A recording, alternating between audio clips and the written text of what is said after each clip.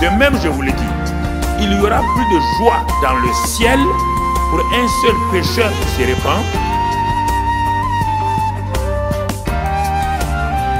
Je suis descendu sur la terre pour faire la volonté de mon Père. Et la volonté de mon Père, c'est que je me perde. Gloire à Dieu.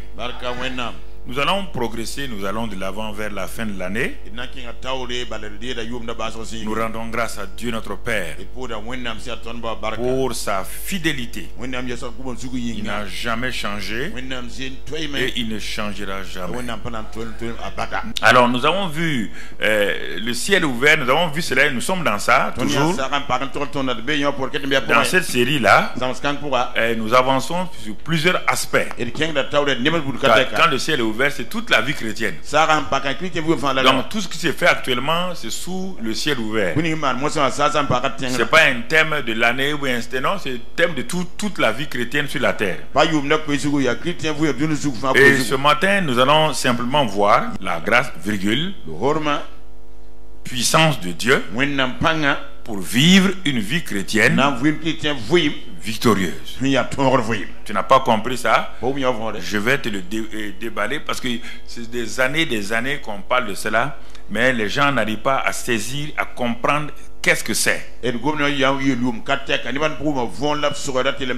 gens ont rabaissé la grâce à une faveur simplement de Dieu. Ce qui est réel, ils sont restés à ce niveau-là. C'est-à-dire que je peux pécher, et surtout ceux qui aiment faire le mal là, disent mais Dieu a dit que là où le péché a abondé, la grâce sera abondée. Est-ce que tu comprends ça? Est-ce que tu comprends cette phrase-là? C'est-à-dire qu'on te dit que là où le péché là a abondé dans ta vie là, et que tu ne peux rien faire là, quand tu comprends la grâce vient pour te rendre capable de dominer le péché. On n'a pas dit que la grâce, tu vas pécher 20 fois, il suffit de dire la grâce et c'est fini. Non. Mauvaise compréhension. Et c'est pourquoi les gens vivent dans la défaite. Pour un petit problème, ils invoquent la grâce. Oh, la grâce de Dieu va nous aider. C'est pas comme cela, mon ami. Il faut bien comprendre qu'est-ce que la grâce. Il faut laisser la grâce religieuse de côté. Laisse la grâce mondaine de côté. Laisse la grâce philosophique de côté. Ce dont nous parlons là, nous parlons de la grâce biblique. Nous parlons de la grâce biblique. Et c'est très important que tu comprennes. La grâce. Et si tu vois, on appelle Dieu le Dieu de grâce. On appelle la grâce est venue par Jésus-Christ, le Fils de la grâce. On appelle le Saint-Esprit l'Esprit de la grâce. Donc actuellement là, c'est le régime de la grâce dans lequel nous nous trouvons. Et dans le régime de la grâce, le Saint-Esprit devient personnel. Le Saint-Esprit devient réel pour chacun d'entre nous. Dans le régime de la loi, le Saint-Esprit ni le Fils ne sont pas accessibles. C'est un père lointain qui est assis quelque part dans les cieux, qui a envoyé les commandements à Moïse, et il demande aux gens de les accomplir. Le Saint-Esprit ne les aide pas, car le Saint-Esprit ne vient pas sur le peuple de Dieu dans l'Ancien Testament. Mais quand nous sommes dans le régime de la grâce, quand ce régime est venu par Jésus-Christ, dans Jean 1, 17 de moins, il dit quand ce régime est venu, les choses ont changé. C'est pas seulement le Dieu de grâce qu'on voit, on voit la grâce de Dieu par le Fils. Et quand le Fils est parti, l'Esprit Saint, qu'on appelle l'Esprit de la grâce, est venu prendre contrôle de la terre, en particulier de la vie des chrétiens. Pour faire quoi? C'est pourquoi c'est tout cela qu'il faut comprendre pour que tu puisses vivre une vie chrétienne victorieuse. Dans Hébreux 10, et au verset 29. Il est écrit là-bas une chose importante que nous devons comprendre. Même on peut commencer au verset 28. Celui qui a violé la loi de Moïse meurt sans miséricorde. Vous entendez? Ceux qui veulent vivre par la loi, on te dit ici, celui qui viole simplement la loi, il meurt sans miséricorde.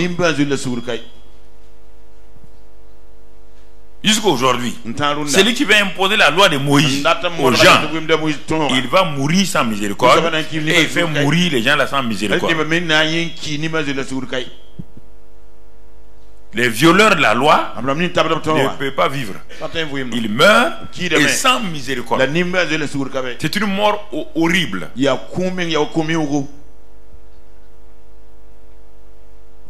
Personne n'a pu obéir à la loi. Aucun homme. C'est pourquoi Jésus dit, je suis venu non pas pour abolir la loi, parce que je ne peux pas abolir ce que nous-mêmes on a mis. Je suis venu pour l'accomplir. Je suis le seul être humain qui a pu obéir à toute la loi et qui par sa mort va l'accomplir. En ce moment-là, cela a mis fin à la loi écrite sur les tables de pierre, et le Saint-Esprit va prendre cette loi-là maintenant et va l'inscrire dans les cœurs de quiconque croit que Jésus-Christ est Sauveur et Seigneur. C'est la loi accomplie là par Jésus-Christ là, la loi qui a été accomplie là, la loi qui a été réalisée là. C'est cette loi-là qui est dans nos cœurs. Elle ne nous condamne plus parce que le Saint-Esprit manifeste cela à travers nous. Mais celui qui présente toujours la loi comme écrit sur les tables de pierre, lui-même il meurt sans miséricorde et il fait mourir les gens sans miséricorde.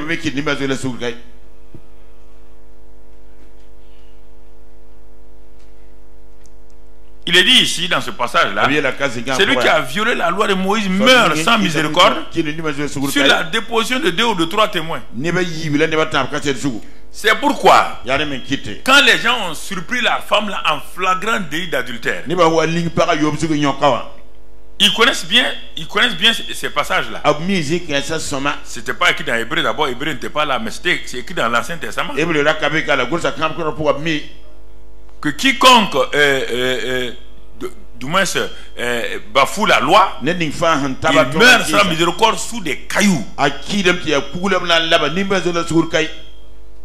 Alors en ce moment-là, quand ils ont pris cette femme-là en flagrant délit d'adultère, ils avaient tout. Personne ne pouvait les contrer. Ils l'ont amené à Jésus. Jésus ne pouvait pas les contrer. Jésus ne pouvait pas dire que c'est pas vrai. Il ne peut pas dire que c'est pas vrai. Mais comme Jésus, il est rempli de sagesse et il est conduit par le Saint-Esprit, il va prendre un autre chemin pour le contrer. Il dit que la loi, elle est parfaite. Ce n'est pas Moïse qui a été l'initiateur de la loi. C'est le Père et moi qui avons initié la loi parce que l'Israël voulait une loi et pour vivre, et ils se sont rendus compte que personne ne peut obéir à cette loi-là. Alors tu comprends? Et c'est en ce moment-là, pour contourner ça, que Jésus n'est pas venu pour exécuter la loi de Moïse. Il est venu pour la réaliser par lui, sa propre vie. Il sait qu'aucun homme ne peut la réaliser. Et alors, il ne peut pas dire non, puisque lui il est né sous la loi. Il a amené la grâce. La grâce ne marchera pas tant qu'il n'est pas encore crucifié. Alors, il n'est pas encore crucifié. Ouais, ils sont venus le mettre dans un piège. Ils sont venus le bloquer pour le faire taire une fois pour toutes. Pour qu'il puisse dire aux gens, vous avez vu cet homme-là, c'est un menteur, c'est un fieffier menteur. C'était un piège terrible, un piège diabolique. Et Jésus sait qu'ils l'ont enfermé dans ce piège-là. Qu'est-ce qu'il fait? Par la parole de sagesse, la révélation du Saint-Esprit, il dit la loi, on doit obéir. Il dit mais ceux qui doivent l'exécuter là, doivent être sans péché. Et s'il y a quelqu'un d'entre vous qui n'a pas de péché, qui exécute la loi là, vous avez vu quelqu'un? Alors ça veut dire quoi? Ça veut dire que si aujourd'hui encore tu veux imposer la loi aux gens, Dieu va te dire, si tu es sans péché, jette la pierre. Et si tu ne peux pas, il vaut mieux montrer la grâce de Dieu aux gens. La grâce n'est pas la voie du péché, hein. Au contraire, la grâce est plus difficile puisque c'est impossible. C'est Dieu qui va rendre ça possible. C'est important que nous comprenions ça. Important que nous saisissions ça. Alors, on continue. Il dit, et maintenant, puisque les violeurs de loi meurent sans miséricorde, de quel pire châtiment pensez-vous? Regardez maintenant. Les gens croient que la loi est difficile. Or, regardez ce qu'il va dire. Et de quel châtiment, pire châtiment, pensez-vous que sera jugé digne celui ou celle qui aura fait quoi? Fouler aux pieds le Fils de Dieu. Ah, nous on parle de loi. Non, on dit non. Si tu as foulé aux pieds le Fils de Dieu, c'est-à-dire que si tu as méprisé ce que Jésus est venu, ce que Jésus est, il fait. Pire châtiment que celui de Moïse. Puis tu vas en enfer directement. 2. Qui aura tenu pour profane le sang de l'alliance. Ce que le sang a fait là. Tout ce que le sang a fait. Tout ce que le sang de Jésus a fait, réconcilier, rapprocher, purifier. Toi, tu veux passer par le jeûne et la prière. Tu ne t'appuies pas sur le sang de Jésus. Un pire châtiment t'attend. Les jeûneurs et les prières là. Quand je vous dis ça, si tu méprises, c'est le sang qui a purifié, qui a ôté les péchés, qui a réconcilié, qui a rapproché, qui a uni le ciel et la terre. Le ciel et la terre étaient séparés. C'est le sang qui les a amenés ensemble. Le sang de l'alliance. La troisième chose, quand tu fais ça, obligatoirement tu vas faire la troisième chose. C'est quoi? Par lequel il a été sanctifié et qui aura outragé l'esprit de la grâce. Trois choses. Trois choses. Le Fils de Dieu. Non, toi tu veux pas. Ton salut ne repose pas sur le Fils de Dieu. Ton salut repose parce que toi tu es un gars bien, qui n'a pas beaucoup de péchés, qui ne fait pas du mal à quelqu'un. Oh, je suis un bon chrétien. Et puis Seigneur, tu vois, je jeûne, je prie. Jésus vous a montré ça. Deux personnes sont entrées dans le temple. Le premier est rentré, c'était un pharisien. Il est rentré. Il est parti s'arrêter devant l'autel. Il fait un compte rendu à Dieu. Je donne ma dîme. Je jeûne 2 fois par semaine. Je ne commets pas de péché. Je suis venu pour que tu me justifies. Puis il est arrêté avec orgueil. Il est sorti. Un homme, un publicain, pécheur chronique, n'ose même pas rentrer dans le temple. Il s'arrête à la porte. Il dit seulement à Dieu, aie miséricorde. Je suis un pécheur. Quand les deux sont partis, Jésus dit, le jugement a été donné par le Père. Le pharisien rejeté, le publicain accepté. Parce qu'il voulait se baser sur ses faits. La grâce, la loi fait, ne fait pas. La grâce, c'est déjà fait par Dieu. Prends possession de ce que Dieu a fait. C'est ça la grâce. C'est pourquoi on dit, que faut-il faire pour faire l'œuvre de Dieu? Les gens veulent faire. Jésus dit, vous voulez faire l'œuvre de Dieu? Vous voulez faire l'œuvre de Dieu? Vous, des êtres humains, vous voulez faire l'œuvre de Dieu? Mais ils ont dit les œuvres. Jésus dit non, il n'y a pas les œuvres. Il y a une seule œuvre. Il y a l'œuvre de Dieu au singulier. Et l'œuvre de Dieu, c'est que vous croyez en celui qui l'a envoyé. Si vous croyez en celui qui a envoyé, celui qui amène la grâce, vos péchés sont pardonnés, vous êtes réconciliés, vous êtes rachetés, vous êtes purifiés, le Saint-Esprit vient habiter en vous, vous devenez des enfants de Dieu. Et maintenant, celui qui a été envoyé là vient habiter dans vos cœurs par le Saint-Esprit et il va vous aider maintenant à faire l'œuvre de Dieu. Voilà tous les secrets que Jésus a donnés. L'œuvre de Dieu, c'est de croire. Voilà l'agneau de Dieu. L'œuvre de Dieu, voici le sanctificateur. L'œuvre de Dieu, c'est lui qui justifie. L'œuvre de Dieu, c'est lui qui remplit les gens du Saint-Esprit. L'œuvre de Dieu, c'est celui qui amène les gens au ciel. L'œuvre de Dieu, c'est le chemin de Dieu. L'œuvre de Dieu, c'est celui qui a la vie là. L'œuvre de Dieu, c'est celui qui a la vérité là. L'œuvre de Dieu, une seule personne, c'est Jésus. Ça c'est l'œuvre de Dieu. C'est ça l'œuvre de Dieu. Les réflexions, les socio-philosophiques là. C'est ça le problème. L'œuvre de Dieu. Alors vous voyez là. Donc, nous sommes dans le régime de la grâce. Et c'est pourquoi le Saint-Esprit, qui est l'Esprit de la grâce, nous a amenés au fruit de la grâce. Parce que le fruit de la grâce, qu'on appelle Jésus là, il a été envoyé par le Père de grâce. Dans le régime de la grâce, nous devons vivre dans le régime de la grâce. Frères et sœurs, on ne peut pas. Le gouvernement de Moïse a été renversé par Dieu. Il a amené un nouveau régime. Si tu veux vivre dans le régime de Moïse, tu es un opposant au régime actuel de la grâce. Et tout opposant est combattu férocement. Nous sommes dans le régime de la grâce. Tu ne peux pas prendre un régime que Dieu a suspendu, a terminé à la croix. La croix a mis fin au régime de Moïse. Et par le Saint-Esprit, un nouveau régime a commencé. Toi, tu viens dire à Dieu que tu veux vivre. Va dans n'importe quel pays. Quand un régime est renversé, si tu veux ramener ce régime-là, tu deviens un opposant, tu seras combattu férocement. Ok. Ce qui fait que beaucoup de chrétiens n'ont pas une vie chrétienne épanouie ni heureuse. Ils se laissent tromper par les gens. Ils se basent sur les choses. Il faut faire ça. Il faut prier comme ça. Il faut faire ça. Et Jésus dans tout ça.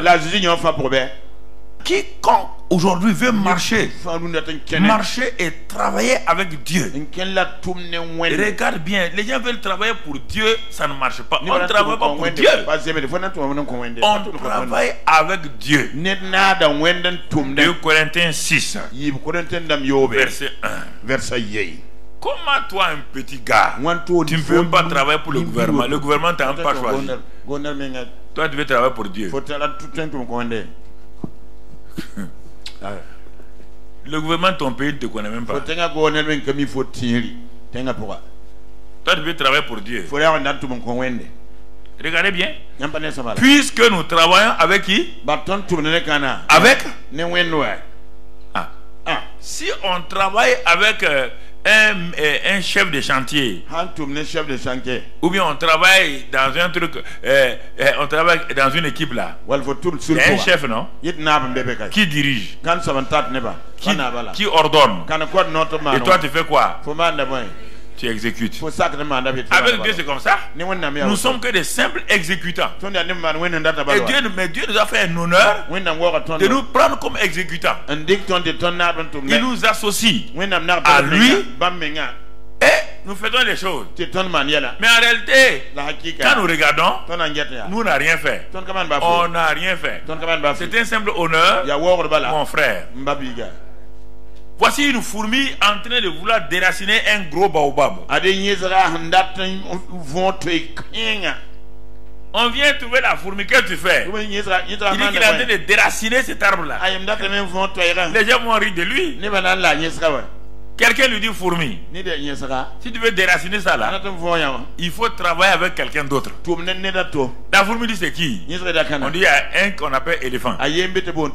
Va travailler avec lui. Dit, ah, comment une fourmi comme moi peut travailler avec l'éléphant? Monte sur le dos de l'éléphant. Et laisse, quand l'éléphant va déraciner l'arbre là, c'est qui et qui qu'on déracine? C'est l'éléphant et la fourmi. Donc, l'éléphant a travaillé avec qui? La réalité, est-ce que la fourmi a travaillé? Mais il était là quand l'éléphant déracinait.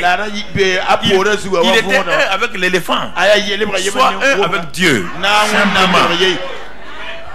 Soit un avec Dieu. C'est le secret du christianisme.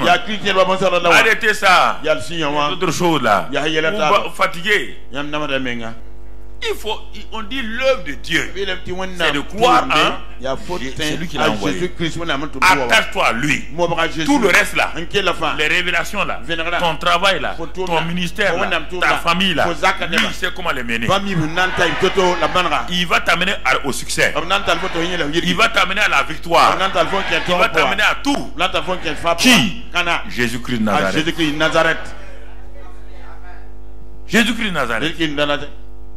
Croyez ça.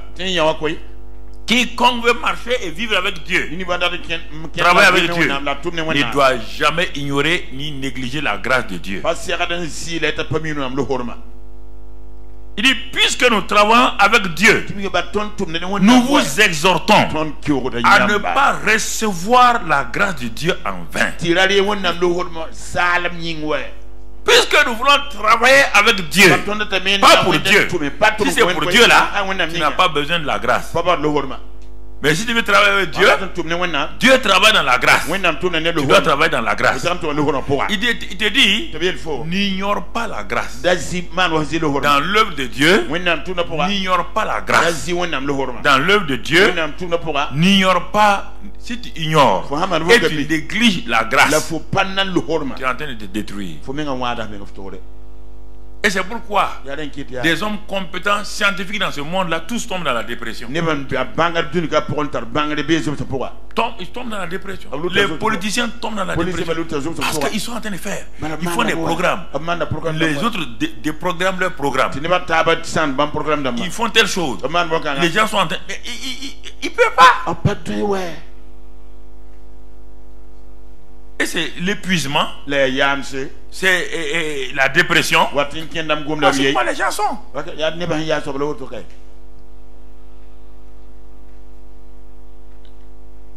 Tu vois pourquoi beaucoup de médecins aujourd'hui sont très agressifs là.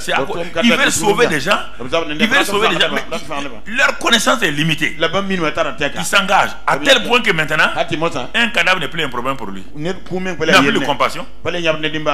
La plupart des médecins, un malade, non, il regarde comme ça. Parce qu'ils ont voulu faire. Le gars est rentré à l'école de médecine. Il avait des grandes idées. Il serait un grand médecin. Mais quand il est confronté à la situation des hommes, aux maladies humaines, il se rend compte que lui-même, il ne connaît rien. Il ne connaît rien. J'en ai vu ici. J'en ai vu des médecins dépressifs dans cette cour-là, qui ne sont même pas du centre, qui ont couru de la ville, viennent me demander, pasteur, aide-moi, je vais devenir fou. Les maladies auxquelles ils étaient confrontés là, les rendaient incapables, ils n'ont pas de solution. Devant les cancers, ils n'ont pas de solution. Devant les sida, ils n'ont pas de solution. Rien, ils n'ont aucune solution. Et le gars voulait aider les gens, mais il se voit dans une impasse. J'en ai trouvé ici qui se promenaient. Quand ils m'ont vu, pasteur, je suis médecin, je n'ai pas dit leur nom. Mais je suis épuisé. Et je n'arrive pas à dormir. Quand je vois les gens mourir. Or, j'ai été formé pour sauver les gens. Et je les vois mourir. Mais je suis dans la dépression. Il faut arrêter ça. Personne ne va faire une leçon ici. Il faut rester tranquille. Combien d'entre eux j'ai rencontré? Il dit, ah, je suis malade. Je suis arrivé à ma limite. Ah bon, maintenant on va appeler Dieu. Dieu t'a créé, non? Toi, tu es mécanicien. Un mécanicien est le créateur, on peut se comparer. Il faut être humble. Oh Dieu, je lève ma main. Je n'aime pas sauver les gens. Je ne suis pas leur créateur. Je n'ai pas de solution pour eux. Mais chaque fois que je rencontre des malades, donne-moi ta sagesse pour voir quelle maladie il a, quelle est la solution. S'il n'y a pas de solution scientifique, comment je peux l'accompagner pour la prière? Aussi, non. Ok. Oh, c'est le problème. Il ne compte pas sur la grâce. La grâce, qu'est-ce que c'est? Premièrement, c'est une faveur imméritée. Mais une bonté, une faveur et une bonté extraordinaire de Dieu pour les êtres humains. C'est le premier élément. Tous les hommes ont péché. Ils sont privés de la gloire. Parce qu'on va voir la grâce et le péché. La grâce et le péché. Il est écrit que sur la terre, tous les hommes sans exception ont péché. Et frères, ils ont tous péché sans exception en Adam. Tous les hommes sans exception, ils sont privés de la gloire de Dieu. Tous les hommes. Tous. Depuis le premier homme Adam, tous les hommes qui sont nés sur la terre ont péché, sont privés de la gloire de Dieu. Ne regarde pas leur titre. Les gens qui sont nés, est-ce qu'ils sont nés présidents? Tous ceux qui sont nés, femmes et hommes, personne n'est né avec un titre. Il est né homme et homme pécheur. Tous ont péché et sont privés de la gloire. Il ne faut pas vous amuser avec ça. Si vous amusez avec ça, vous faites le malin. Le jour que vous mourrez, avant de mourir, Dieu va vous montrer que c'est lui le patron. Il va commencer à vous montrer que c'est lui le patron. Avant que vous mourrez. On a vu beaucoup de gens comme ça. Tu comprends? Alors, si tout le monde a péché, regardez la grâce. Quand la grâce vient trouver le pécheur, la grâce, maintenant, elle est une faveur, mais elle est une puissance. Quelle que soit la noirceur du péché, quelle que soit la profondeur du péché, quelle que soit la largeur du péché, la hauteur du péché, quand la grâce vient, la grâce enlève tout ça et annule.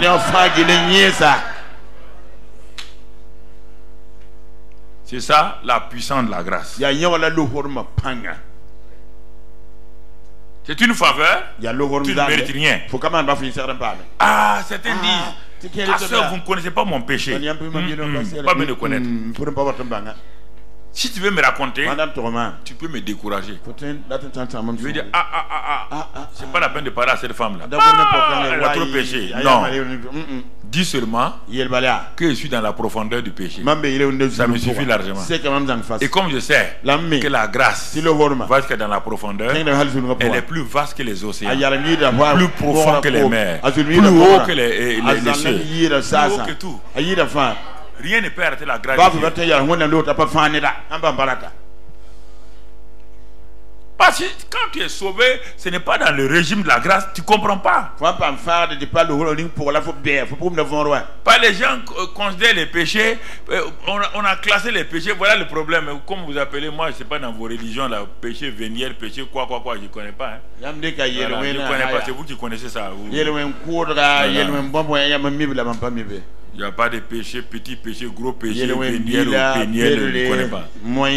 Péché c'est péché. Et la grâce est suffisante pour ce péché. C'est pourquoi certains chrétiens ne vivent pas dans la victoire, parce que certains chrétiens, les chrétiens qui viennent du monde moral, ce sont les chrétiens les plus fatigués et les plus terribles. Quand je veux dire les chrétiens qui viennent de la vie morale, ça veut dire quoi? Je n'ai jamais croqué, je n'ai jamais bu, je n'ai jamais fumé cigarette, je n'ai jamais commis adultère, je n'ai jamais menti, j'ai répété mon père. Ce sont les chrétiens du genre du jeune homme riche. Les gens de cette catégorie-là, ils ne connaissent pas la grâce de Dieu. Il dit, mais que je dois faire pour avoir la vie éternelle? Moi, je suis un faiseur. Non, moi, je fais les choses. Jésus dit, bon, tu veux faire quelque chose pour avoir la vie éternelle. Il dit, ok, si c'est ça, on va aller. Jésus a commencé par les péchés grossiers. Il a dit, Jésus, tu ne me connais pas. Hein? Même mon père et ma mère, là, va leur demander. Je n'ai jamais déshonoré. Pierre et Jean étaient déjà découragés. Voici le nouveau chef des disciples. Sûrement, on va le nommer. Jésus va le nommer chef des disciples. Jésus dit, et le mensonge, il dit, Jésus, je n'ai jamais menti. Et puis Jésus a vu qu'il disait vrai, oui ou non? Et Jésus l'a aimé, il a vu qu'il disait vrai. Il dit adultère, il dit, hey, Jésus, rien. Voler, il dit rien. Tu as entendu les disciples parler? Ils étaient tous quoi? Silencieux.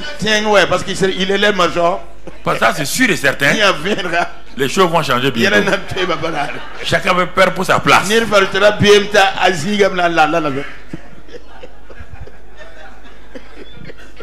Maintenant quand il a fini pour les choses, les faire là. Faire n'est pas faire. Il a fini cette catégorie. Jésus s'arrête maintenant. Ok, très bien.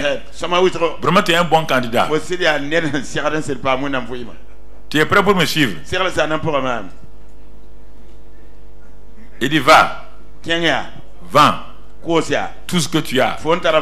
Distribue-le aux pauvres. Viens et suis-moi. Il dit ah. Quand il est parti, Pierre a dit à Jean, ouf. Ouf. Ah non, ouf, hein? Ouf. Le gars est parti, c'est bon. Il faut même pas le ramener, il faut qu'il parti. Parce que non, on était en danger. Hein? Si ce gars-là venait ici, on va souffrir. Il va nous accuser tout le temps. Voleur, menteur. Il dit, tu as vu Judas? Si ce gars venait là, c'était fini pour toi. C'est ça. Quand il parle là, c'est ça. Ça c'est un riche. Un autre riche est venu. Lui il s'appelle Zachée. Lui il est méchant, corrompu. C'est un homme pourri, totalement pourri.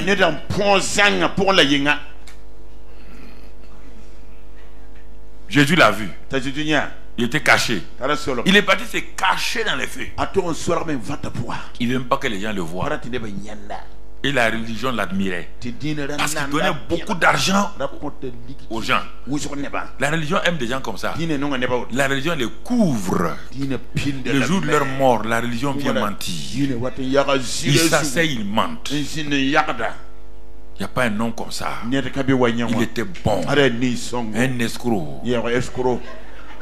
Il est bon. Il était honnête. Il sanctifie tout son argent. La religion sanctifie les méchants à cause de leur position et de leur argent. C'est ça le problème. Mais Jésus est rentré chez lui. Le gars n'a pas dit. Le gars, aucun commandement. Si Jésus dit ça là, le gars, il y a aucun. Jésus n'a même pas besoin de. Le gars est déjà à terre. Il n'a même pas osé dire est-ce que tu mens pas. Il croque, il ment, il boit, il fait tout.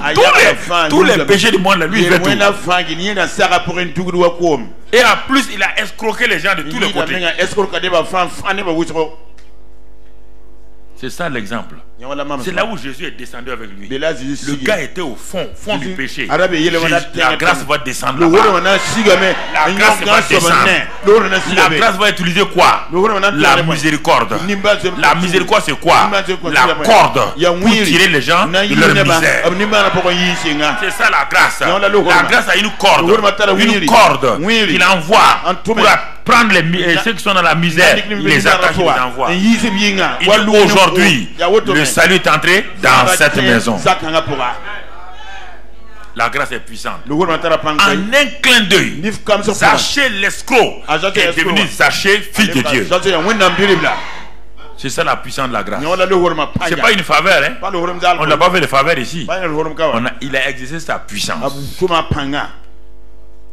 Une femme qui connaît la loi, ça c'est la grâce et le péché. La grâce et le péché. Une femme qui connaît la loi, elle sait que la loi est dangereuse, elle sait que la loi est méchante, elle sait que la loi est tout, mais elle ne peut pas se contrôler. Elle est partie commettre adultère, et on l'a pris pour effectivement. Elle n'a rien dit, elle sait que bon, elle va mourir. On l'amène à Jésus. Comprenez? On l'amène à Jésus. Et elle aussi. Quand les gens n'ont pas pu la condamner, personne ne peut la condamner. Jésus dit, qui t'a condamné? Elle dit personne. Va, je ne te condamne plus. Va et ne pêche pas. Regarde la puissance de la grâce. Va. Il n'a pas dit, quand il dit il ne pêche plus, il n'a pas dit la loi. Hein. Va avec la puissance que je te donne et tu ne pêcheras plus dans l'adultère. Il a mis fin à ça. C'est ça la grâce. Ce qu'on ne peut pas faire, elle le fait. Si on a confiance, si on va à Jésus, hein, elle est partie à Jésus involontairement. Mais pourtant elle est sauvée, non? Elle est partie involontairement. C'est elle qui est partie à Jésus. Est-ce qu'elle aimerait partir à Jésus? Elle met tellement vie dans son péché qu'elle ne veut même pas voir Jésus. Mais la grâce de Dieu l'a envoyé devant Jésus. Est-ce que Jésus a dit, bon, comme tu n'es pas venu volontairement là, tu ne peux pas être sauvé? Jésus a dit ça? Non. La grâce est la puissance de Dieu. Par rapport au péché. Tu vois, si on retourne dans Romains 3, verset 24 là, Romains 3, verset, on a vu 23, maintenant 24, Romains 3, 24, on a vu que tous ont péché, sont privés de la gloire de Dieu. Mais le verset 24 dit, et ils sont gratuitement justifiés par ça, par ça, grâce, par le moyen de la rédemption qui est en qui? Par sa grâce. Ils sont gratuitement justifiés. Ne parle pas me dire que toi tu t'es repenti, tu as fait ça. Toi, tu peux te repentir, dire tous tes péchés que tu as commis sur la terre. Il y a un homme, même tes péchés d'hier, même ce matin, tu peux les dire. Parce que les péchés, c'est pas des actes. Quand tu t'es réveillé là, toutes les pensées négatives, c'est péché. Regard, péché. Attitude, péché. Attitude à l'égard de quelqu'un, péché. Tout est péché. Il y a un homme qui peut se repentir de tout ça. C'est parce qu'il a pris nos péchés. Gratuitement justifié par sa grâce, par le moyen de la rédemption en Jésus-Christ. C'est ça la puissance de la grâce face au péché. Tu vois, face au péché.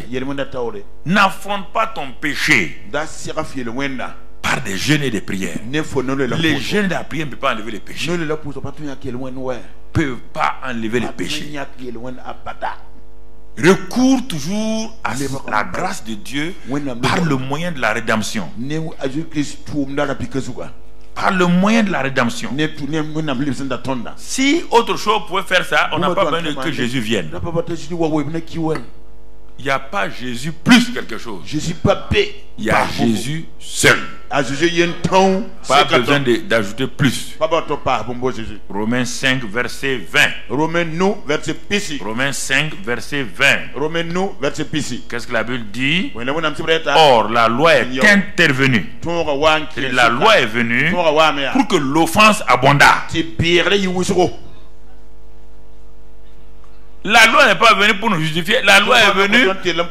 La loi, quand il n'y avait pas de loi là. Écoute-moi, la loi a commencé avec qui?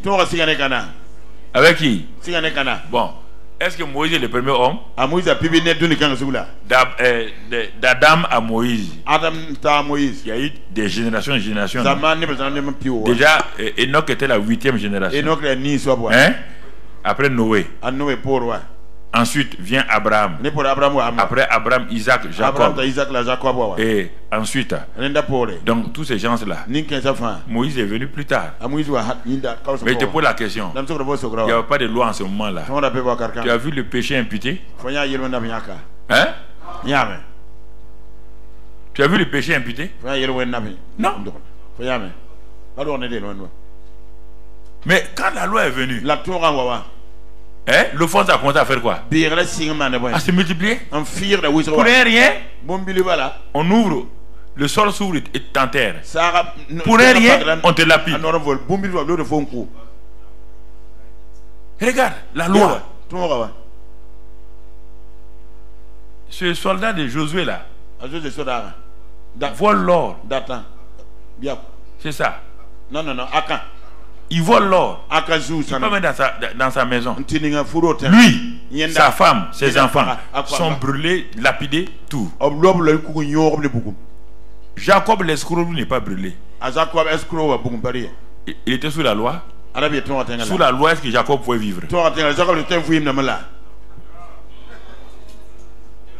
ne connaissez pas la grâce. 2 fois Abraham a vendu sa femme. Sous la loi, il peut vivre. Il a amené sa femme à commettre quoi? Ok. Si vous ne comprenez pas la grâce de Dieu, et vous voulez mettre les gens sous la loi, vous voulez mettre vos maris sous la loi, vous voulez mettre vos femmes sous la loi, vous voulez mettre vos enfants sous la loi, c'est l'erreur que tout le monde a commencé la vie chrétienne par la loi. Or la vie chrétienne ne commence pas par la loi, elle commence par la croix. Et la croix veut dire grâce. Il n'y a pas de vie chrétienne dans l'Ancien Testament. Dans les 4 évangiles, il n'y a pas de chrétiens. Les 4 évangiles concernent la vie de Jésus-Christ, qui est né sous la loi, qui est mort sous la loi. Par sa résurrection, il a commencé la grâce pour les gens. Il n'y a pas de grâce sous Jésus-Christ. Est la grâce. Il manifestait la grâce. Mais il vivait sous le régime de la loi. C'est pourquoi il citait, puisqu'il parlait aux Juifs. Et les Juifs étaient sous quel régime? Le régime de la loi. C'est pourquoi il citait la loi pour eux. Il citait la loi pour eux. Donc, si ta vie chrétienne, c'est l'Ancien Testament et les 4 évangiles, les 4 évangiles peuvent t'éclairer sur la vie de Jésus. Sa vie, comment il faisait, comment il vivait lui-même. Un homme de la grâce qui vit sous la loi. Ça, c'est Jésus. Un homme de la grâce qui vit sous la loi. Ça, c'est Jésus. C'est pourquoi il a pu vaincre la loi. Mais Moïse était un homme de la grâce à qui Dieu a confié la loi. Il est devenu l'homme de la loi. La référence de la loi, c'est Moïse. On dit la loi de... On a déjà entendu la loi de Dieu. Écoutez, il faut comprendre. Quand Jésus était sous cette loi de Moïse, mais combien de fois Jésus a dit, il dit mes commandements. Est-ce qu'il a pas de commandements de Moïse? Il dit, je vous donne un nouveau commandement. Donc c'est par rapport à quoi? Il dit, il n'a pas osé citer que la loi a dit, mais on vous a dit, œil pour œil, dent pour dent. Mais moi je vous...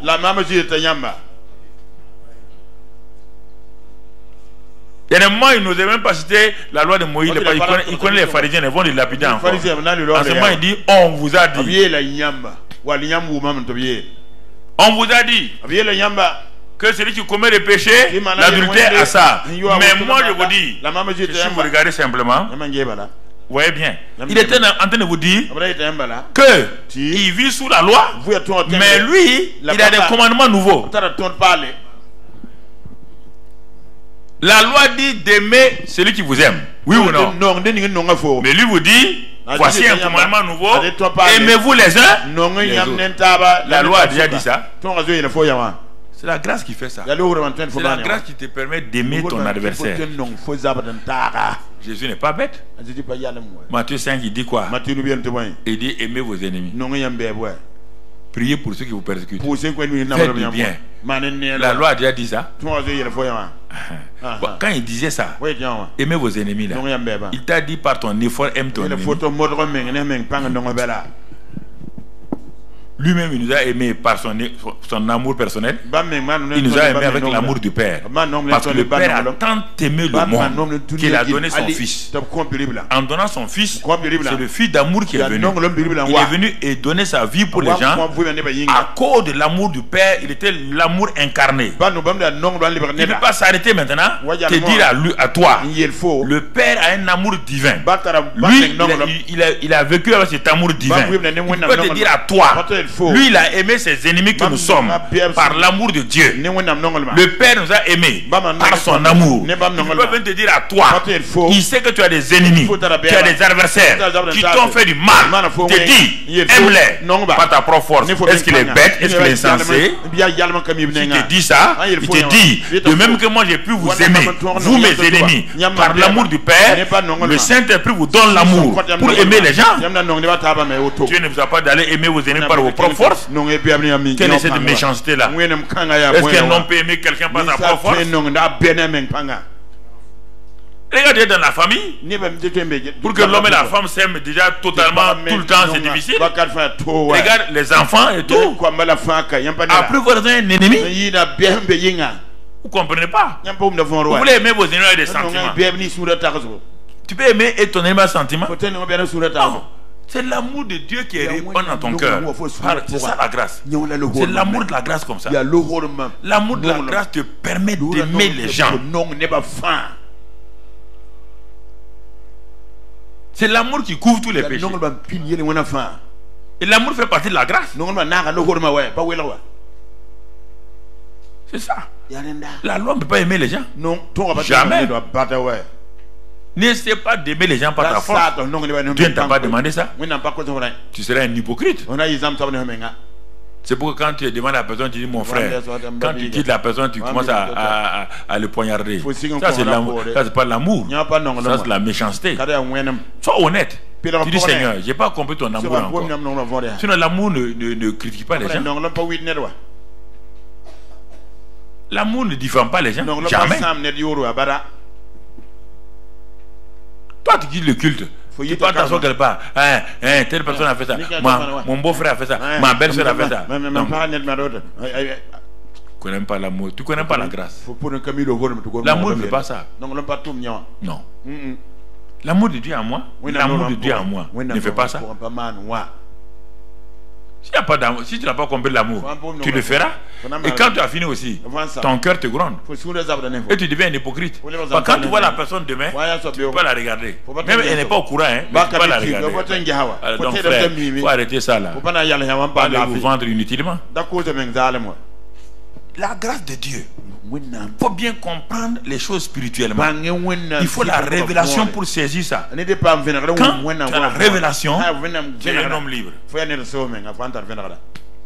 Vous connaîtrez la vérité et la vérité vous rendra.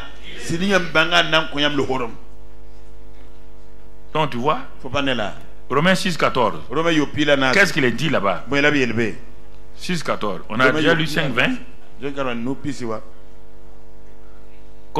C'est ça. Or, la loi est intervenue pour que l'offense abondât. Mais là où le péché a abondé, la grâce a surabondé. Afin, écoute-moi le verset 24 maintenant et 21. Afin que comme le péché a régné par la mort, tu entends? Le péché, la mort là, vient du fait que le péché règne. Le péché est roi.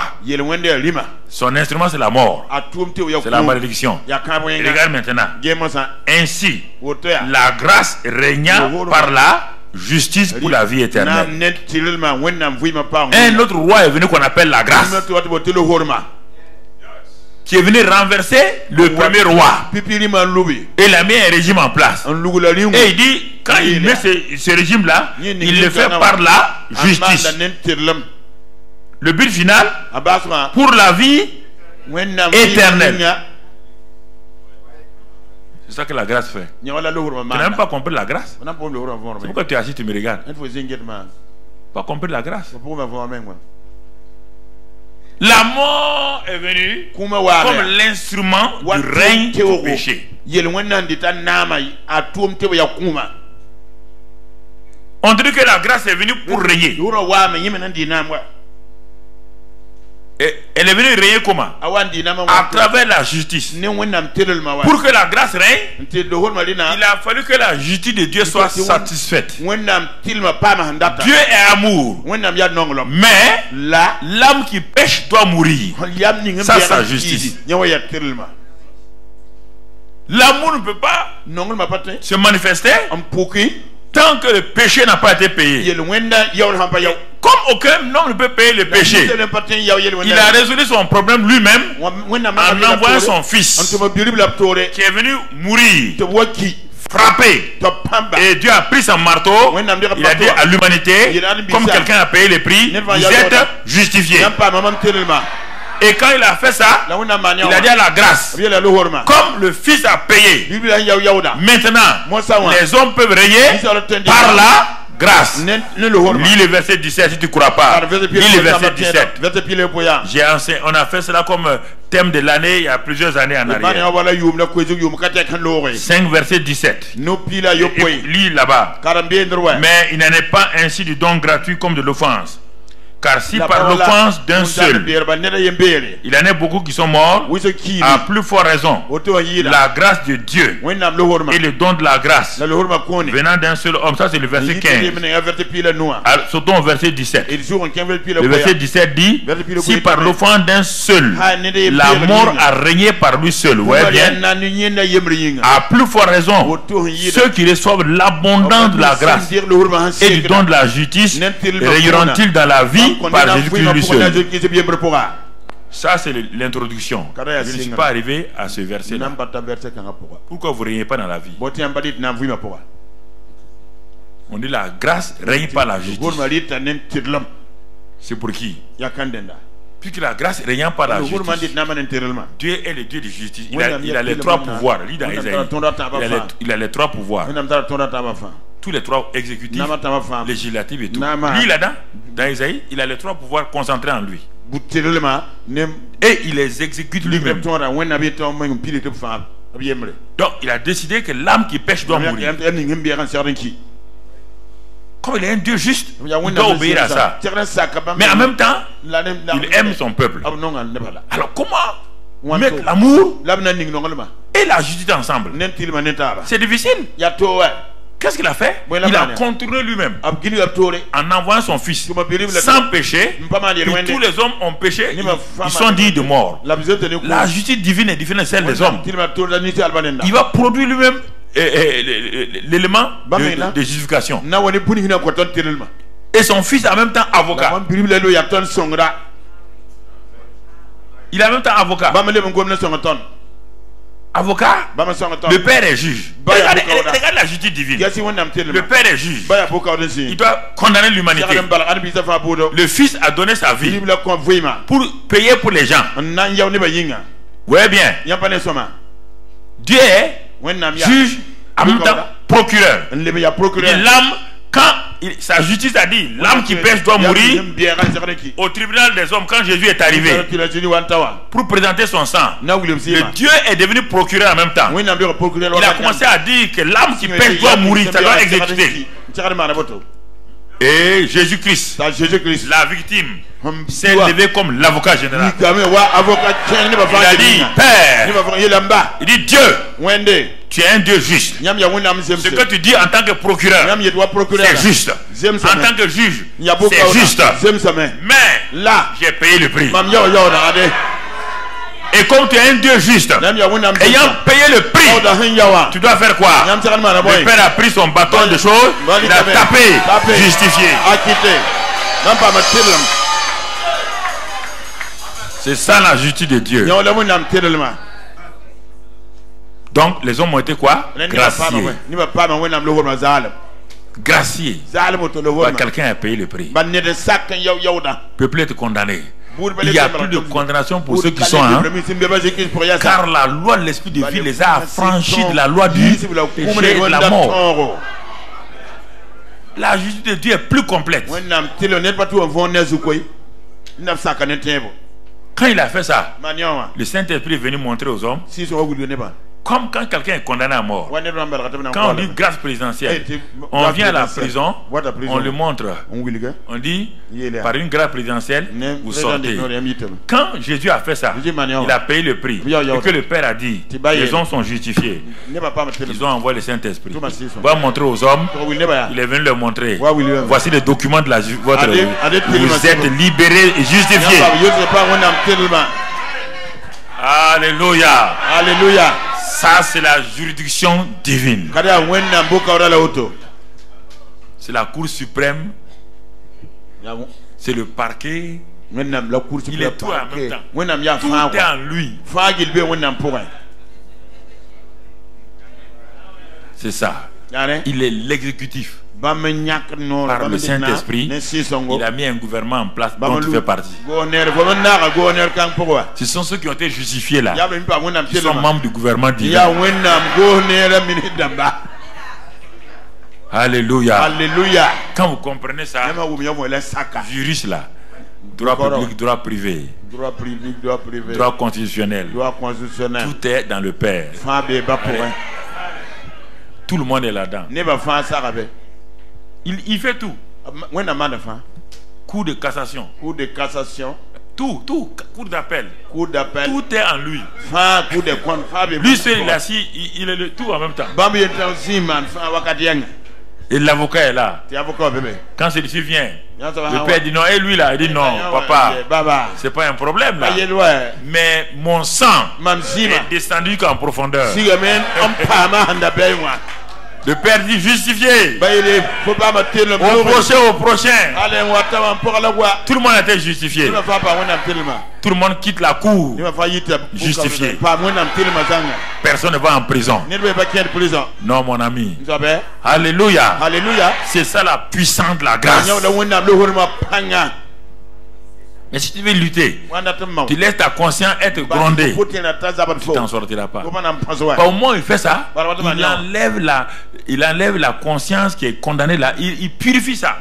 C'est que la conscience d'un homme, tant qu'elle n'est pas libérée, même s'il est libéré là, il y a un problème. Il y a des gens que la grâce présidentielle peut libérer, mais le type là meurt dans 2 ans à cause de la conscience surchargée. La grâce présidentielle ne peut pas enlever sa mauvaise conscience.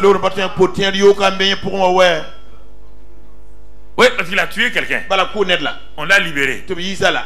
Bon. Mais sa conscience est quoi? Quand il se couche, il a tué quelqu'un. Mais avec la cour de justice de Dieu, au moment où il te justifie, le sang de Christ, par le Saint-Esprit, vient enlever toute condamnation. Et toute ta mémoire est effacée. Tu es libéré. C'est la puissance de la grâce comme ça. C'est la puissance de la grâce. Tu as vu un homme intervenir? Tu as vu un pasteur ici? Tu as vu un prophète? Vous avez vu quelqu'un ici? Alors pourquoi vous voulez continuer avec nous? Moi je suis pasteur, non? Alors, vous croyez que je me descends moi-même? Mais je me mets à ma place. Tu as vu quelqu'un intervenir ici? Tu as vu l'archange Michel intervenir? Tu as vu Gabriel intervenir? C'est entre eux. Tout le pouvoir est dans sa main. Pas dit dans Isaïe là. Tout le pouvoir dans sa main. Tout. Il légifère. Il fait tout. Ce qu'on appelle les lois spirituelles. Et ces lois, on ne peut pas les changer. Non. Non. Quand il a légiféré, c'est une fois pour toutes. C'est une loi parfaite. Il n'y a pas à corriger, à améliorer. C'est ça que vous ne comprenez pas. Quand tu comprends ça, tu vis dans la liberté. Si tu ne comprends pas ça, tout le temps tu es en train de juger Dieu. Il aurait dû faire comme ça. Il a fini. Il connaît la fin avant le commencement. Donc ce qu'il dit là, c'est la fin qui te permet de commencer. Mais c'est une fin déjà qui te donne pour commencer.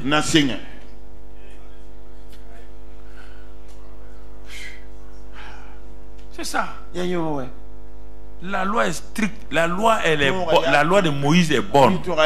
Elle est spirituelle. Mais incapable d'aider quelqu'un. Tu l'as lu plusieurs fois. Si tu veux connaître la loi, il faut aller dans Romains. Va lire là-bas. Elle est spirituelle. Mais la loi est un méchant mari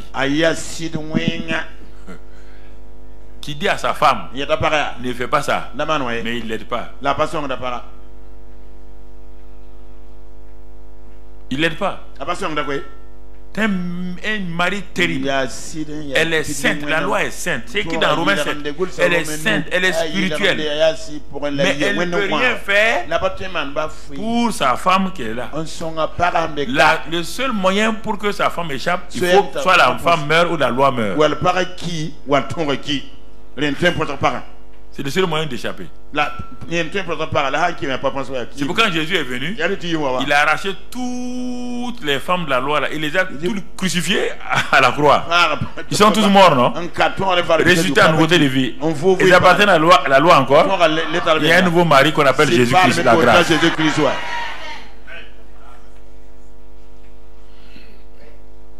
C'est ça. Mais si tu vis dans la mentalité de la loi, c'est difficile. Même la loi humaine, est-ce que les gens aiment ça? Les gens aiment la loi humaine. Dès le moment où il y a une loi quelque part, les gens vont frauder.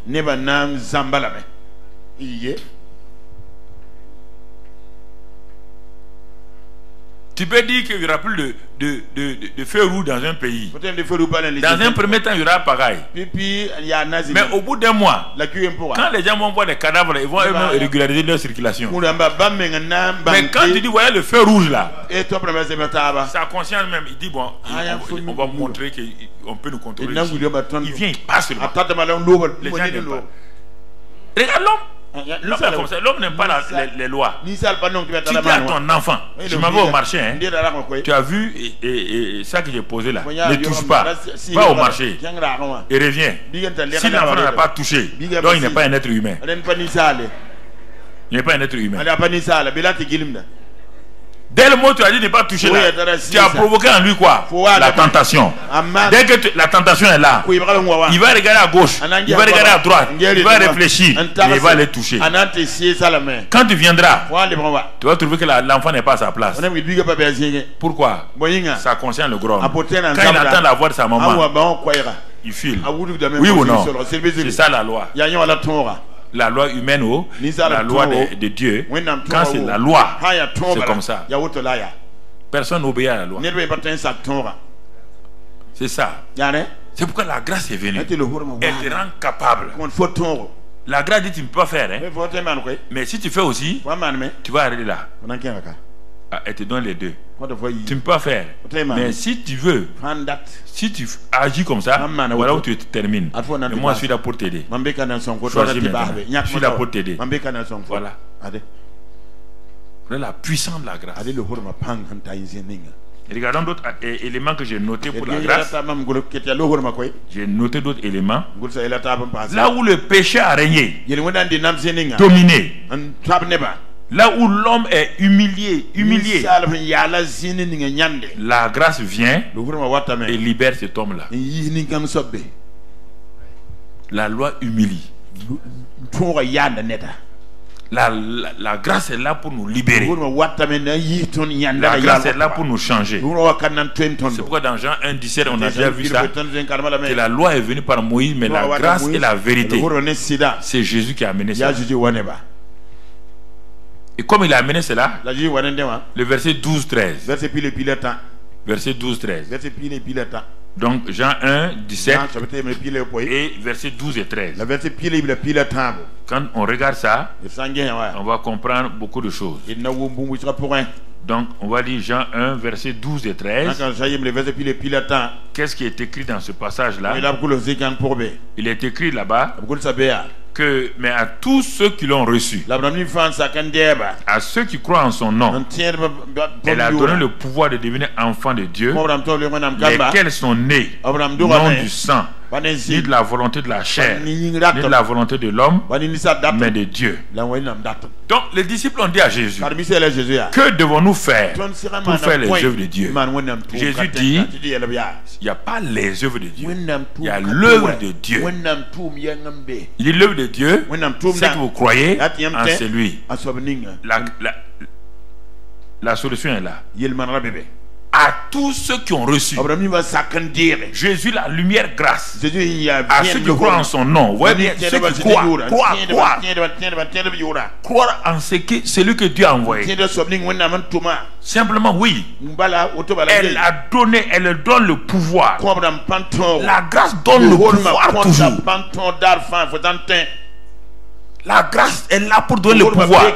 Pour faire quoi? Pour devenir enfant de Dieu. Et ils sont devenus enfants de Dieu par quel moyen? Non pas par leur force. Ils ne sont pas nés du sang, ni de la volonté de la chair, ni de la volonté de l'homme. Mais ils sont nés de Dieu. Donc la grâce, c'est elle qui te fait naître de nouveau. C'est le régime de la grâce qui a permis au Saint-Esprit, qui a pris la parole de Dieu pour t'engendrer et te régénérer. C'est la grâce qui règne par la justice. Et quand elle règne par la justice, là où le péché a abondé, la grâce qui règne maintenant là va t'affranchir et t'aider à vaincre le péché. Voilà le secret. Il dit, j'ai la volonté. Combien d'entre vous, chaque 1er janvier, vous prenez des décisions personnelles et avant le 3 janvier, vous avez failli? Vous croyez que c'est en disant bonne année, bonne santé, longue vie? Mon cher, si tu pouvais donner longue vie aux gens par tes souhaits, il y a longtemps, personne ne serait mort sur la terre. Chacun compte sur la grâce. Il faut vivre de la grâce. La grâce est l'œuvre de Dieu. Ephésiens 2:8. Ephésiens 2:8. Regardons bien ce que la Bible dit. Ephésiens 2:8. Qu'est-ce que la Bible dit dans Ephésiens 2:8? Il est dit, c'est par la grâce que vous êtes sauvés. Par le moyen de la... Bon, ici, là, qu'est-ce qui est important? On est sauvé par quoi? Est-ce qu'on est sauvé par la foi? On est sauvé par là. Parce que Dieu a mis un système de grâce qu'on est sauvé. Mais pour avoir ça maintenant, il faut utiliser quoi? La foi.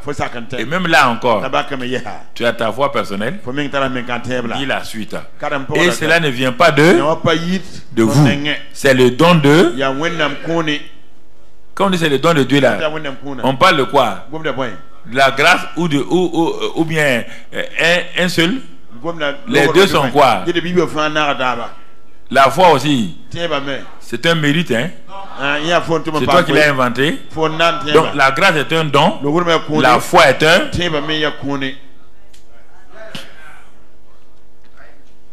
Donc tu vois, quand tu regardes ça, regarde le verset 10 maintenant. Alors, tu vas comprendre. Ça, c'est le ministère.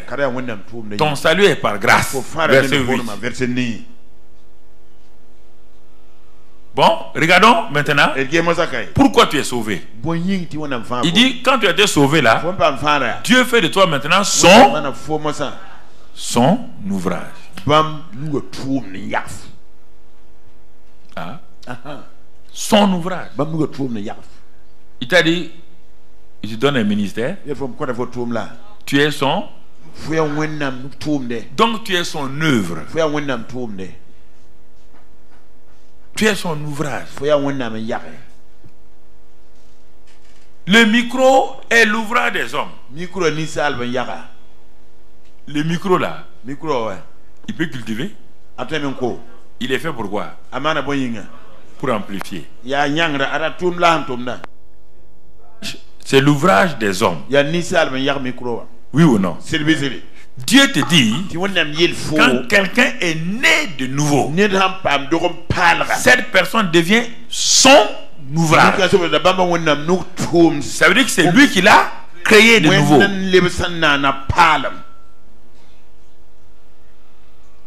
Il t'a créé de nouveau comment?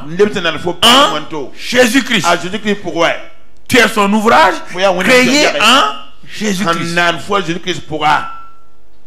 Donc le verset 8 dit, vous êtes sauvés par la grâce au moyen de la foi. Il dit c'est pour faire quoi? Pour que vous soyez l'ouvrage de Dieu. C'est pourquoi vous avez été créés en Jésus-Christ pour. Maintenant il va arriver de bonnes œuvres que Dieu a fait quoi? A préparé d'avance afin que nous l'ayons. Ça c'est le ministère. Je crois en l'œuvre qui est Jésus. Ça c'est singulier. Il dit les œuvres de Dieu. Non. Vous ne pouvez pas faire les œuvres de Dieu si vous n'avez pas cru à l'œuvre de Dieu. L'œuvre de Dieu, c'est celui que Jésus, le Père a envoyé. Croyez en lui.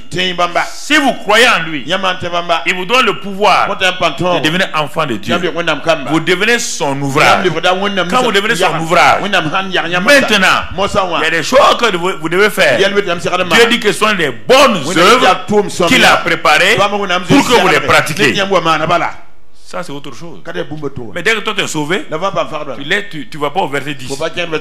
Tu dis bon, mon ministère, je vais faire ça, je vais faire ça. Okay. Vas-y, fais-le. Vas-y, fais-le. Ça ne réussira pas. Il dit qu'il a préparé les bonnes œuvres pour que nous les pratiquions. Réfléchissez. Tu es en train de pratiquer quelle œuvre? Ceux qui sont en contrat avec nous là, vous êtes en train de pratiquer quelles bonnes œuvres de Dieu? Voici tout le problème. Voici tout le problème. Ah, Romains 11. Parce que c'est avec ces choses-là qu'on va arriver vers la fin de l'année. Romains 11, verset 6. Or, si c'est par grâce, ce n'est plus par les. Donc ça veut dire que la grâce doit précéder quoi? Alors, si c'est la grâce, tu dois faire les œuvres par la grâce. Mais si toi tu dis, je choisis entre grâce et œuvre, tu viens de te tromper. Si c'est par grâce, ce n'est plus par les œuvres. Autrement, la grâce n'est plus une grâce.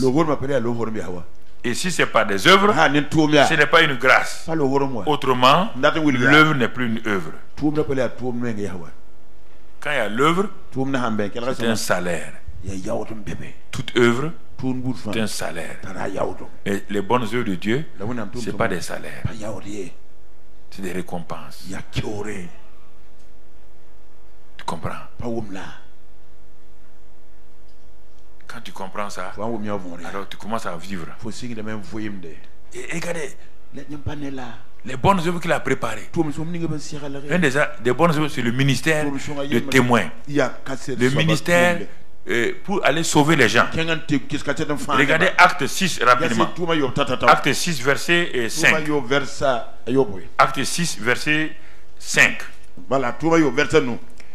Il dit que quand ils ont dit quand les disciples ont été coincés dès les premiers mois et il y a eu des murmures dans l'assemblée parce que ils sont des juifs.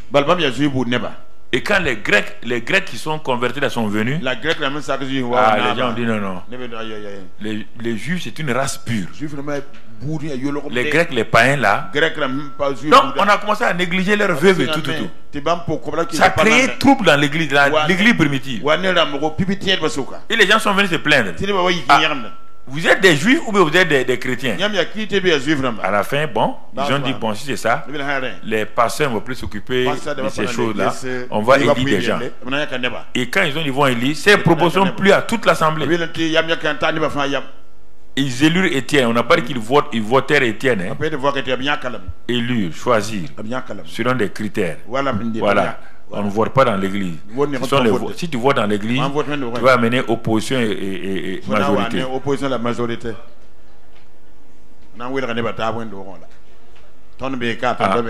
Ben oui. Quand tu mets majorité, il y aura obligatoirement dans l'église, l'opposition va attaquer. Ils élurent Étienne. Regardez bien. D'abord, le fait de dire qu'on va prendre des gens là, l'Assemblée était d'accord. La méthodologie, on va voir. Ils élurent Étienne, homme plein de foi et d'Esprit Saint. Parce qu'ils ont donné les critères. Si on avait lu plus haut, ils ont donné les critères. C'est pour cette proportion des critères là plus à l'Assemblée. Saint-Esprit, intégrité, foi, tout. Ça a plu à l'Assemblée. Et sur cette base-là, ce qu'on a pris là, on trouve quelqu'un, Esprit Saint, foi, Philippe, Procor, Nicamor, etc. Et verset 8. Parmi ces gens-là, verset 8. Étienne maintenant, c'est ce qu'on a vu là. Il est plein de quoi? Plein de grâce et de... Là où il y a la grâce, il y a toujours quoi? Écoutez-moi. Là où il y a la grâce, il y a toujours la puissance. Si il y a la grâce, si vous avez vu la grâce dans votre entreprise, la puissance pour accomplir votre entreprise sera là. Vous n'avez pas besoin de faire des compromis avec les gens. Plein de grâce et de puissance. Regarde ce qu'il faisait. Il faisait des prodiges et des grands miracles. Mais avant ça là, il était assis dans l'assemblée là. Est-ce qu'il faisait ça? Non. Il ne faisait pas ça. Donc il y a des gens qui sont assemblés, tant qu'ils n'ont pas le bon message, ils n'ont pas le message bien, ils ne vont pas comprendre. Ils deviennent comme des numéros matricules dans les assemblées.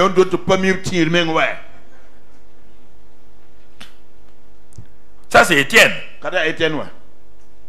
Mais le deuxième qu'on a vu, Philippe là, on ne le voit pas ailleurs. Hein? Ben oui. Parce qu'ils ont compris la grâce, la puissance vont ensemble. Même dans l'Ancien Testament, on n'a pas vu ça. Là, quand la grâce vient, la grâce qui était sur David est venue sur Salomon. Tu vois tout de suite, grâce, puissance de sagesse. Et la sagesse lui a fait acquérir les richesses. Partout il y a la grâce. Quand la grâce est manifestée, la puissance de Dieu se manifeste. Acte 4, verset 33. Acte 4, verset 33. Regarde là-bas. 4, verset 33. 4, 33. Qu'est-ce que la Bible dit là-bas?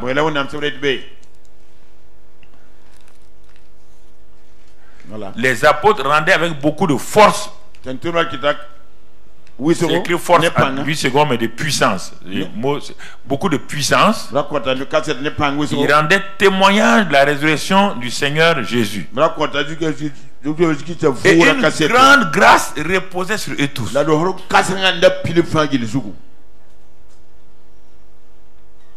Comprenez? Ils rendaient avec puissance. Il rendait témoignage. Avec quoi? Quel moyen? La puissance. La puissance de quoi? Par la grâce de Dieu reposait sur eux. Tu sais, c'est ça. La grâce de Dieu repose. Ça ne peut pas. Si la grâce de Dieu repose sur toi, si elle repose sur ta famille, si elle repose sur ton travail, il n'y a pas d'effort. Vivre dans le régime de la grâce, c'est vivre dans un épanouissement, c'est vivre dans un amour, c'est vivre dans une sécurité, c'est vivre dans la victoire. Le régime de la grâce n'échoue jamais.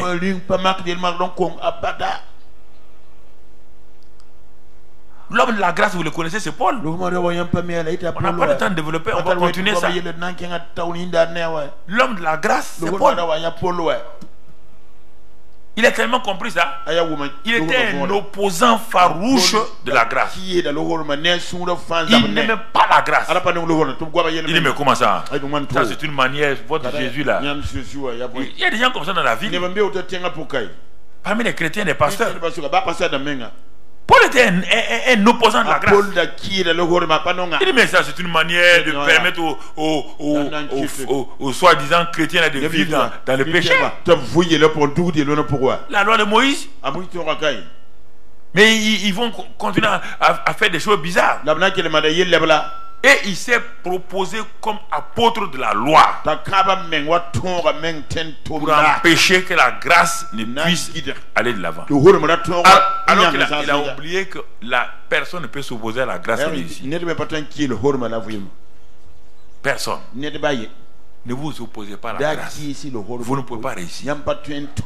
Et sur la route de Damas, il va rencontrer l'homme, l'auteur de la grâce. Il va rencontrer la grâce. Et la loi s'est mise à genoux. L'homme de la loi s'est mis à genoux. L'homme de la loi a appelé celui de la grâce là, Seigneur, que dois-je faire? Il veut faire toujours. C'est l'homme de la loi. Il veut faire. Ah bon, que dois-je faire? On dit bon, si tu veux faire, rentre en ville, on te dira ce qu'il faut faire. Mais quand Ananias est venu, est-ce qu'il a dit ce qu'il faut faire? Est-ce que tu as entendu Ananias dire ce qu'il faut faire? Non, Ananias est venu lui prier pour lui, qu'il soit rempli du Saint-Esprit. Est-ce qu'il a dit de faire ça? Les gens veulent le faire. Ils se prévient, ils veulent le faire. Ils ne s'intéressent pas à eux maintenant. Tu es incapable de faire. Dis-moi, fais-moi grâce. Ils veulent le faire. Avec quoi? Ta bonne volonté ne suffit pas. Regardez, il est parti avec ça. Et quand vous l'entendez, c'est lui qui nous a révélé la grâce. C'est lui. Sans lui, personne ne comprend la grâce. Un opposant, un meurtrier, un méchant homme. Regarde-le maintenant. Il te parle de la grâce. Regardons quelques éléments. Qu'est-ce qu'il dit? Dans 1 Corinthiens 15, verset 10 par exemple. Il te donne ça, parce qu'on va revenir sur ça. 1 Corinthiens, on a déjà dépassé le temps. 1 Corinthiens 15, verset 10. 1 Corinthiens 15, verset 10.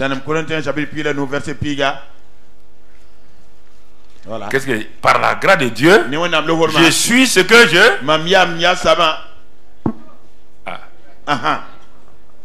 Par la grâce de Dieu, je suis ce que je suis là.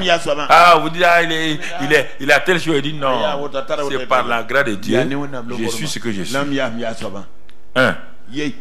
Deuxièmement, et sa grâce envers moi n'a pas été vaine. Je suis ce que je suis par la grâce. Quand la grâce est venue vers moi, elle n'a pas été incapable, elle n'a pas été vaine. Elle a pu accomplir ce pourquoi elle est venue. Loin de là, j'ai travaillé plus que tous. Non pas moi, mais la grâce de Dieu. Regardez, dans un seul, 3 fois. Je suis ce que je suis. Mon identité, par la grâce. Je suis enfant de Dieu, par la grâce. Je suis fils de Dieu, par la grâce. Je suis citoyen du royaume des cieux, par la grâce. Deuxièmement, ce n'est pas par moi. Il dit, mais j'ai travaillé. Tout ce que vous voyez là, c'est par la grâce de Dieu. Oui, bien frère. Il a compris la grâce. Il dit toutefois, c'est pas moi. C'est la grâce. C'est la grâce de Dieu. Je suis ce que je suis. La grâce n'a pas été vaine. La grâce ne peut pas être vaine dans la vie de quelqu'un. Jamais. Si tu as accepté la grâce, elle ne peut pas être vaine dans ta vie. Jamais. La grâce ne peut pas aller et puis dire, cette femme-là, j'étais incapable de la changer. Mais comme tu veux mériter, comme tu veux faire des choses, la grâce vient, elle est très très polie. Elle s'arrête à ta porte. Tant que tu n'ouvres pas la porte pour lui dire, grâce divine, agis, elle n'agira pas. Oui, les apôtres, l'homme de la grâce. L'homme de la grâce. Je suis ce que je suis. La grâce n'a pas été vaine. J'ai travaillé plus que tous. Plus que qui? Pierre, Jean, Jacques, tous. Non pas moi, mais la grâce. Non pas moi la grâce. Il a compris la grâce. Mais un jour, un problème est venu. Il était soumis à une attaque. Dieu, par la grâce, il l'a amené au troisième ciel. Ceux qui veulent avoir des visions là, si tu as des visions extraordinaires, tu auras des attaques extraordinaires. Ah, si vous voulez ça, choisissez. Dieu l'a amené au troisième ciel. Il a dit, il a vu des choses. Il a dit que il ne peut même pas s'amuser à raconter. Il n'a même pas raconté, ils sont venus l'attaquer. On dit un ange de qui? Hein? Du Seigneur? Ah bon. Est venu pour le contrôler. Dieu veut lui apprendre autre chose de la grâce. Il a vu la grâce abondamment. Il a vu la grâce dans le ministère. Il a vu la grâce de guérison, des prodiges, des miracles, des résurrections. Il a vu la grâce où des sorciers ont été aveuglés. Il a vu cette grâce de la puissance. Maintenant, il va voir un autre aspect de la grâce. Dieu lui fait voir ça. Il dit pour qu'il ne s'enfle pas d'orgueil, Dieu a permis qu'un ange de Satan. C'est Dieu qui a permis ça. Le gars maintenant, comme c'est un intercesseur, un jeûneur patenté, il jeûne, il prie. Dieu est silencieux. Il continue à jeûner, prier. Il dit 3 fois. 3 fois, ça ne veut pas dire qu'il a fait le matin, midi et le soir. 3 fois, ça veut dire que pendant une bonne période, Dieu vient lui dire, hey, tu connais un aspect de la grâce. Je vais t'apprendre autre chose maintenant. Il dit, ah, tu vas m'apprendre quoi? Il dit, il a écrit dans 2 Corinthiens 12. 2 Corinthiens 12. Lisons ça. Et on va s'arrêter ce matin. Je n'ai pas fini, mais on va continuer. 2 Corinthiens 12. Il dit 3 fois, j'ai prié que le Seigneur l'éloigne de moi. Et Dieu m'a dit, ma grâce te suffit. Et d'abord, oh. La grâce là c'est pour il dit oui. Non, tu ne vas pas me délivrer. Dieu dit non. Mais ma grâce te suffit. Tu vas apprendre autre aspect de la grâce. Ah bon. Comment je dois faire alors? Dieu dit mais continue. Qu'est-ce qu'il dit? Il dit car Dieu dit ma puissance s'accomplit dans la faiblesse. Il dit ah, je n'ai même compris que la grâce est comme ça aussi. Tu as vu la puissance contre les autres. Tu as vu la puissance pour la prospérité. Tu as vu la puissance pour beaucoup de choses. Mais tu n'as pas compris que même quand tu es faible, il faut compter sur moi. J'ai cru que dans ma faiblesse là, la grâce viendra pour me rendre fort. Il dit oui, elle va te rendre fort, mais à condition d'abord que tu comprennes la différence entre la faiblesse humaine et la puissance divine. Tu veux que la puissance divine se manifeste? Il continue.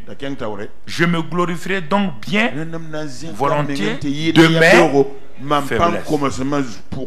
Un homme comme Paul, pour dire ça là, c'est qu'il a été humilié. Un homme fier de lui comme ça là, quand quelqu'un parle, il lève la main, les démons fuient. Dieu lui dit que lui se glorifie de ses faiblesses. Ah non. De mes faiblesses, il dit oui. Pour faire quoi? Quand tu vas te glorifier de ça, afin que la puissance de Christ repose sur moi. Quand on dit faiblesse ici, ce n'est pas négatif. Hein? C'est-à-dire que l'homme est quoi? L'homme est quoi? Mais L'homme croit qu'il peut faire des choses par lui-même, oui ou non? Dieu dit à partir de maintenant, je vais t'apprendre quelque chose. Même quand tu es faible, quand devant une situation, rien ne semble marcher là, laisse ta faiblesse là, appuie-toi sur ma puissance. Même si tu n'essaie pas de sortir de ta faiblesse. Or, la plupart d'entre nous, nous voulons sortir de quoi? Nous voulons sortir de la faiblesse, oui ou non? Pour nous vanter? Non. Il dit, même dans ta faiblesse là, n'essaie pas de sortir. Laisse ma puissance agir. Il dit, ah bon, je n'ai pas compris. Mais oui. Dans vos problèmes, vous voulez en sortir. Et c'est pourquoi vous tombez dans le jeûne et la prière. Tout de suite. La seule voie, jeûne et prière. Parce que vous êtes en train de vous débattre et vous voyez que vous ne s'en sortez pas. Vous n'appuyez pas sur la grâce. Or, le jeûne et la prière, c'est grâce ou c'est mérite? C'est mérite ou c'est grâce? Je vais jeûner et prier pour que Dieu fasse quoi? Donc si je ne jeûne pas, je ne prie pas, Dieu ne fera rien. Qui vous a dit ça? Dans quel passage de la Bible c'est écrit?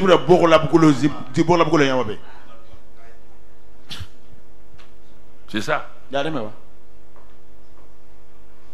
Il dit, c'est pourquoi. C'est pourquoi. Il conclut. C'est pourquoi je me plais dans les faiblesses. Quand il a compris ça, il dit dans ma situation financière là, ça ne va pas. Ma situation financière, je suis en train de me battre. Tel plan pour m'en sortir. Dieu dit, si c'est moi qui enrichis les gens, contre ma puissance, et reste là dans la faiblesse. Parce que quand je vais t'enrichir là, tout le monde saura que c'est pas toi, que c'est moi. Dieu veut quoi? Il veut quoi? La gloire. Si c'est toi, tu vas attribuer la gloire à qui? Mais si c'est Dieu, tu vas dire aux gens c'est qui? Voilà. Tout ça simplement. Ça c'est un aspect des choses que les chrétiens n'ont pas appris. Je me plais dans les faiblesses, dans les outrages. Vous voyez bien, les gens vous outragent dans les calamités, dans les persécutions, dans les détresse pour Christ. Car quand je suis faible, c'est alors que je suis fort. Quand je suis faible, c'est en ce moment que je vois la force. Mais la force de qui? De Dieu. Est-ce que ça m'embête d'être faible pour que la force de Dieu se manifeste? Non. Pourquoi? C'est pourquoi devant tes adversaires, reste dans ta faiblesse. Et tu vas voir la puissance. Nous avons dit quoi? Nous sommes faibles, mais nos yeux sont sur quoi? Ils ne sont pas sortis de là-bas. Est-ce qu'ils sont devenus forts? Dieu a manifesté ça. Pourquoi Dieu a pris Gédéon? C'était le plus faible, non? Pour montrer quoi? Est-ce que Dieu a pris le plus vaillant héros du village? Mais Dieu dit, quand le plus faible, moi je suis avec lui, il devient fort. Lève ta main. Ouvre tes mains. Dis avec moi, Seigneur, ma faiblesse n'est pas un handicap. Jusqu'à présent, j'ai cru que quand je suis faible, c'est un handicap. Mais je viens de réaliser que ta grâce, elle est plus que suffisante. C'est ta puissance. Désormais, Seigneur, dans mes faiblesses, dans mes calamités, dans mes persécutions, dans mes temps de difficulté, je veux apprendre à fixer mes yeux par la foi sur toi. Et je sais que ta grâce toute suffisante, toute puissante, se manifestera afin que la gloire revienne à toi seul. Seigneur, je cesse de me débattre. Je cesse de lutter dans mes circonstances. Je cesse de lutter pour me guérir. Je cesse de me lutter pour sortir de ma situation financière, de justice, de position professionnelle. Je cesse de me battre pour le ministère. Je cesse de me battre pour mes enfants, pour ma vie, pour mon mariage. Car je sais une chose, dans cette faiblesse, je fais appel à ta grâce. Ta grâce toute suffisante, ta grâce merveilleuse. Et je reçois cette grâce-là qui est venue par Jésus-Christ, qui continue par Jésus-Christ, qui finit par Jésus-Christ. Seigneur, merci pour cette grâce-là. Sois béni et sois loué pour le nom de ton Fils. Merci Père. Au nom de Christ Jésus. Amen. Ne prie plus, ne prie plus. Ne prie plus. À partir de maintenant, que cette grâce divine qui a été manifestée comme la puissance de Dieu pour t'amener à vivre une vie chrétienne victorieuse, je proclame de la part du Dieu de la grâce ce matin sur chaque personne en contact avec nous, tout ce qui a été troublant dans ta vie rentre dans la paix au nom de Christ Jésus. À partir de ce matin, tout esprit démoniaque, tout esprit méchant, tout esprit impur qui a paralysé, bloquer ta vie, qui t'oppresse, tout cela est détruit par la grâce puissante de Jésus. Je proclame qu'à partir de maintenant, les choses cachées que Dieu a prévues pour toi, que l'ennemi a empêché de se manifester, ce matin, toutes les portes s'ouvrent pour libérer tout cela au nom de Christ Jésus. Et tu rentres dans ta destinée au nom de Christ Jésus. Ce matin, je proclame et je mets fin par la puissance de la grâce de Dieu à toute cette maladie qui t'oppresse depuis des mois et des années au nom de Christ Jésus. Je proclame que la grâce de Dieu qui a fait mettre tes maladies sur Jésus-Christ, que cette grâce-là, Jésus a porté tes maladies et en retour, Jésus te donne la guérison et la bonne santé. Je proclame maintenant, je proclame que tous ces échecs, ces cercles d'échecs qui ne finissent point, tout cela est brisé ce matin au nom de Christ Jésus. Je proclame maintenant que l'œuvre de tes mains que Dieu t'a donné, qui n'arrive pas à porter du fruit, car à partir de maintenant, toute malédiction est détruite par la grâce de Dieu. Et que le Saint-Esprit maintenant, fasse prospérer tout cela dans tes mains au nom de Christ Jésus. Que le Saint-Esprit renouvelle ta vie au nom de Christ Jésus. Que le Saint-Esprit te rajeunisse au nom de Christ Jésus. Que le Saint-Esprit te donne la santé divine au nom de Christ Jésus. Que le Saint-Esprit te conduit dans la victoire au nom de Christ Jésus. Que le Saint-Esprit, qui est l'Esprit de grâce, te renouvelle, te bénisse, te donne une nouvelle porte de destinée au nom de Christ Jésus. Que le Saint-Esprit lui-même prenne en charge chaque aspect de ta vie. C'est la période de ton succès au nom de Christ Jésus. C'est la période de ta victoire au nom de Christ Jésus. C'est la période de ta prospérité au nom de Christ Jésus. À partir de ce 2e décembre, de ce dernier mois de l'année, jusqu'à décembre prochain, les grandes choses vont se passer.